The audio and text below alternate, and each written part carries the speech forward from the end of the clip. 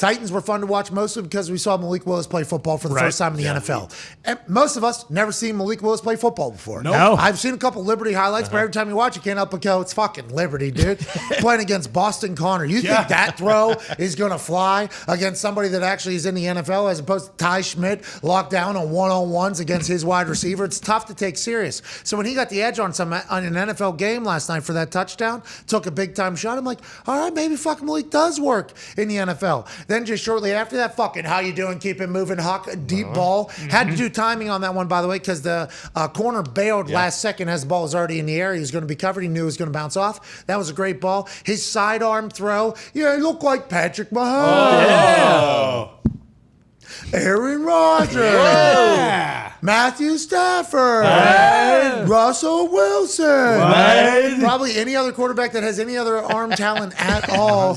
Yeah, but that was a fucking hell of a throw to make. He was balling. He was vibing. He was exciting. And it seemed like the Titans are maybe looking at their future here. Now, Vrabel came out afterwards, and he's a coach. He's a football coach, trying to find the best in everybody. Everybody on earth was patting Malik Willis on the back on the internet last night. He was trending for, I believe, 5-6 hours for good reason, because we were all incredibly impressed and maybe surprised by how good he looked in a preseason game. It is a preseason game.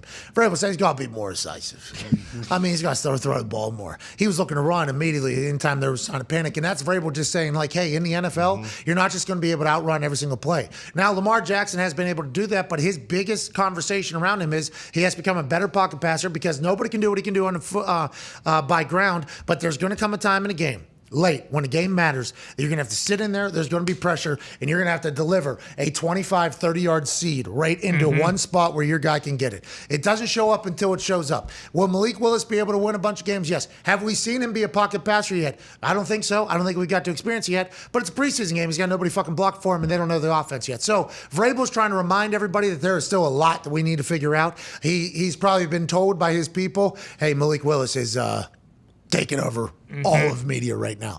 And Vrabel's just doing his coaching thing, but last night was fun to watch those football games. That Tone Diggs looks like you have some thoughts here. I think the good thing about Malik, though, is he made the throw down the left sideline, and there was kind of one on like a little bit of like a banana on the right sideline, too, where like he showed that he can do it. Like, and that's all you're really looking for. Timing, too. Yeah, they're like, he can do it. I think, and plus, and you add those other things, then it's great. He looked good. Oh, yeah. He looked very comfortable, very natural. Not that other people don't, but, I mean, we saw Tyrod Taylor running for his fucking life. Yeah. And he was making some plays, and that was like, Tyrod Taylor's had success in the NFL, so whenever you see him do some stuff, you're like, oh, that guy probably have some success. I think we all had that feeling watching Malik Willis last night. Yeah, there were some great plays, some good moments. Bill Belichick was awesome. It seems like they're going to be much better than the narratives were being painted about them coming out of camp. Did you get to catch any of it last night? Yeah, I did. And I mean, I think for anybody, there's no reason to panic for anyone, no matter what happens in the preseason. But don't you feel like every fan base should be like, okay, like if you're the Giants, Daniel Jones moved the ball early, looked good, didn't get in the end zone right away. But I felt like they moved the ball, whatever. Patriots, they seem fine. Their defense is going to be good.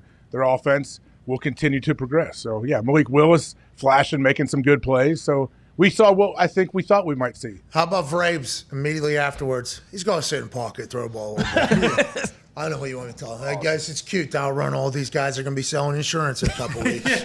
You know, that's Vrabes knows, though, that everybody was going to be high on Malik Willis. He knew that.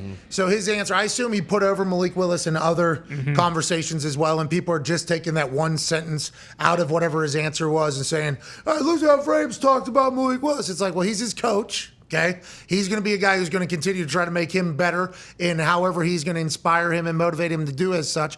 But he took over the internet last night. I think it's because none of us ever seen that motherfucker play football before. We've seen clips of him at Liberty. I didn't know if he was going to be able to do that in the NFL, though. It's a big leap whenever you're taking on somebody at Liberty and you're taking on somebody who runs a 4.4, drums 40-inch verticals, and has the head of a shovel from Ohio, A.J. Hawk, and a bunch of other people. But I think that's why it was so awesome to watch. It was like, okay, this guy is going to be able to make the transition. It looks like, at least, it is a preseason game, but it looks like he might be able to have some success in the NFL. That was good.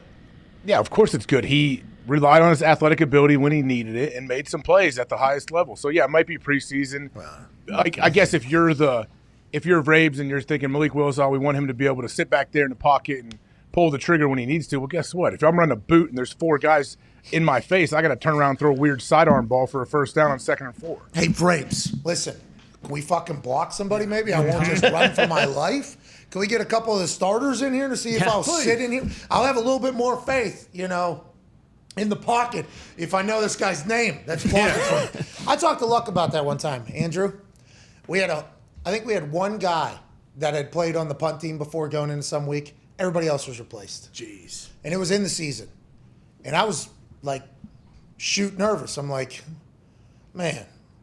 I would be. None of these motherfuckers are very blocked. And I didn't tell them. I was obviously all day in practice. I'm like, hey, here we go, boys. It ain't no problem.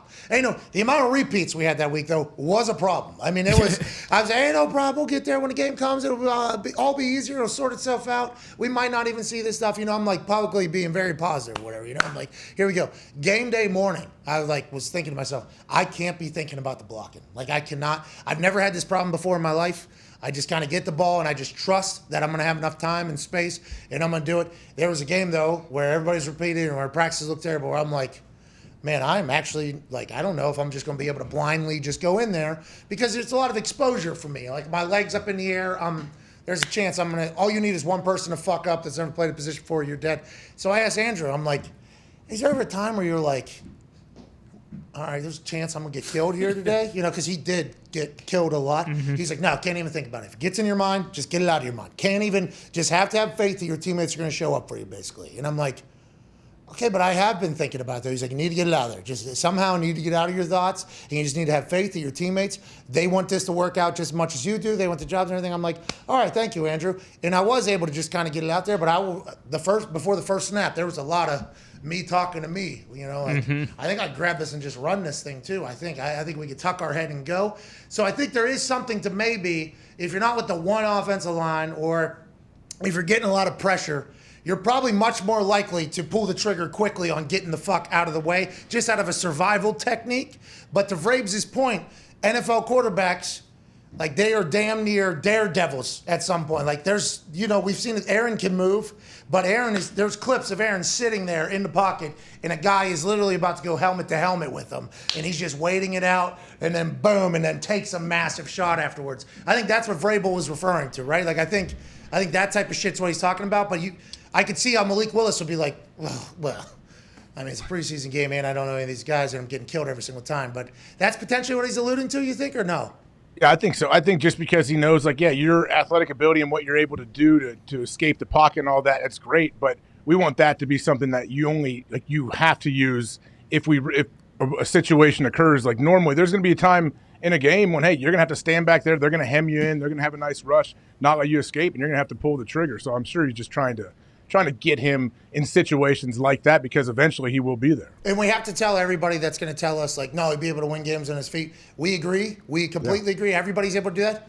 But in the biggest of moments, when it doesn't happen until we know you can do that. Now show us that you can do it the other way in the NFL too. Like, you can stand back there and hit that fifth step and hitch and get it going. And by the way, first preseason game, probably not going to fucking do that. Okay, but it's his first NFL game ever. I understand it's a preseason game. There's a lot going on. You're tired. You're winded. A lot of people don't know what the play is, what the route's supposed to be. Yeah, it's just how it is. He's balling though. I enjoyed watching it, but I did like the people reacting to Vrabel. This guy don't fucking know.